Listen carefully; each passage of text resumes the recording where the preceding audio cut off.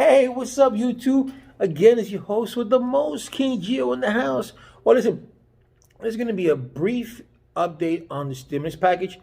Tomorrow, it's going to be on the House. They're going to decide whether to pass it or not, just for the House, and then after that, it has to go to the Senate, which the Senate is going to try to do a reconciliation. So this is they have to do the filibuster, and the reconciliation only needs is 50 Democrat votes with the tiebreaker being Kamala Harris, the vice president. So everything so far as of today stays the same. The only thing that did change was that if you owe child support, your stimulus check won't be garnished. That's the only thing that's changing. From the $1,400 stays the same, and everyone gets the same thing. Okay, that stays the same. The one thing that I wanted to tell you, that's why it's going to be brief. This video is that on the CARES Act last year when they did the stimulus, if you had your child as a dependent and your child was already 17 or 18 years old and you had your child as a dependent, that child didn't receive anything, 19, 20, 21, whatever the case may be, didn't receive anything. But if your child worked last year, right? I don't care if it's $200 or $300. It doesn't. I don't care about that.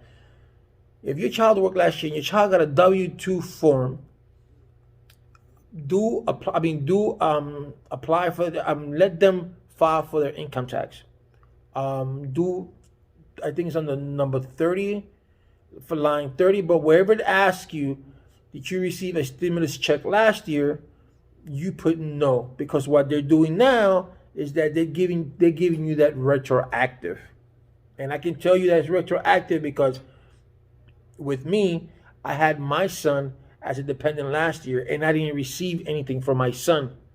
And this year my son filed and put down that he didn't receive anything, and he did get his retroactive. He got the first check and a $600 stimulus. So I'm just putting that out there. So if your child worked last year, whether it's 10 hours or 12 or whatever hour it is, and he got a W, or he or she got a W-2 form, you might not get something back federal. You're not gonna get anything federal. You might not get anything state. But as long as you put that they didn't receive anything for the dependent, they'll get that money retroactive. Okay. So they'll get the $1,800. So that's something for you to know. So if your child worked last year, you say, hey, let's file for your income tax. Or if you're 18 years old or whatever it can be, and you're watching my video, make sure that you do file for your income tax. You can file it by TurboTax. You can file it by the IRS. That's plenty of software or different companies that do file your income tax for free, as long as it's a simple W-2 form and you don't have to add anything on it. And then doing a tax return, it's easy, guys. You can do it yourself. You don't have to pay no one to do it for you. Okay, so make sure that you do that. So it is, because I was just reading it and I said to myself, wow, it is retroactive because I got my son got his. And last year I didn't receive anything because my son was already, last year he was 18 years old. And I put him down as a dependent. So yeah, so then last year I put him down as a dependent and my son was 18 years old. And I didn't receive anything. So this year he did receive, he did his tax return. So with that being said, make sure that your child, if he's 18 or whatever, he worked last year or she worked last year, even like I said, even if it is for 2 hours, but they got their W-2 forms, make sure that they file for their income tax. So that's all it is for now. There's not no major update. Just tomorrow they're going to vote for it. Hopefully it goes back to the Senate this weekend by the end of the week.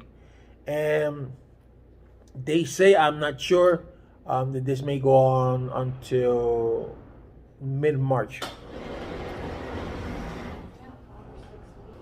So you might see a stimulus money going through mid-March. I read a representative.